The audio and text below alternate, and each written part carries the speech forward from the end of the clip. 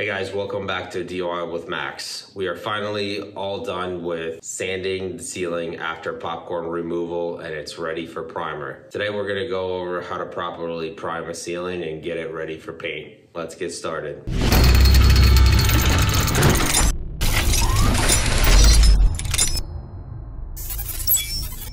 Here's a quick list of tools we will need: a paint tray, a paint liner, roller frame, paint roller, extension pole, spiral paint mixer, primer of your choice.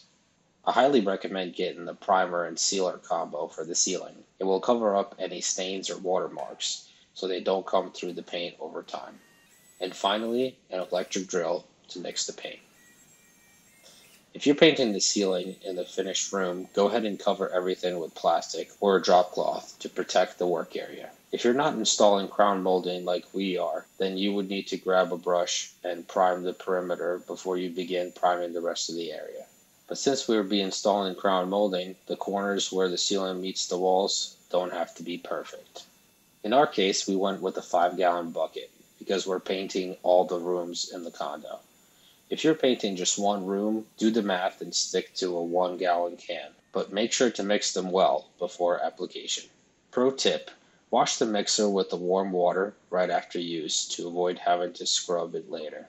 Learn from my mistakes. Also, stick it out to the end to see the glimpse of the finished product. When you're priming any surface, you want to let the tool do the work.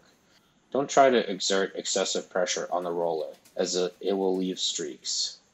And don't push the roller right into the corner or you will end up marking up the walls. As you can tell, I've started painting at the window and I'm working my way over and back. That is not by accident. If you have a natural light coming into the room, it's important to apply primer in the same direction as the light. If you don't do that, any streaks or ridges will be highlighted by the sun with the little shadows that will be visible in the final product. If there's no natural light in the room, go ahead and follow the longest wall in the room. When you're rolling the primer, don't try to push the pole with your arms, because that's a great way to get yourself tired out. Instead, lay the pole into your lead hand. Keep your arms below your heart and do what I call the two-step. Keep the pole at your side and step forward to roll forward and step back to roll back. Let me show you from the other side. Forward and back. Forward and back. You get it. Because we did such an extensive job prepping the ceiling after the popcorn removal, check out the card in the top right corner, we did final spot check before priming the first coat. But your project may be different, so it's very important that after you're done with the first coat of primer, to do a spot check with a light. I prefer a headlamp, or you can use a 100-watt work light.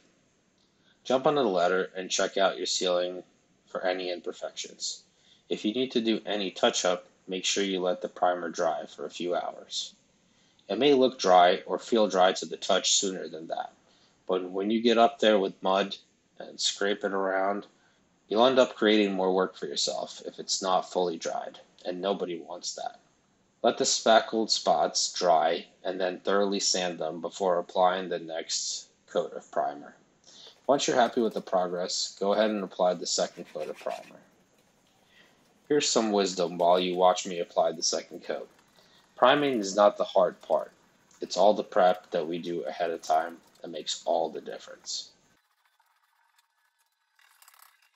Now, I promised you a glimpse at the finished product, so here it is. If you want to see the painting process or the crown molding install, check out the channel page.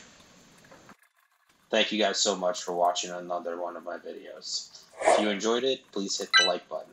If you loved it, then just go ahead and subscribe now. We have plenty more where these came from. See you in the next one.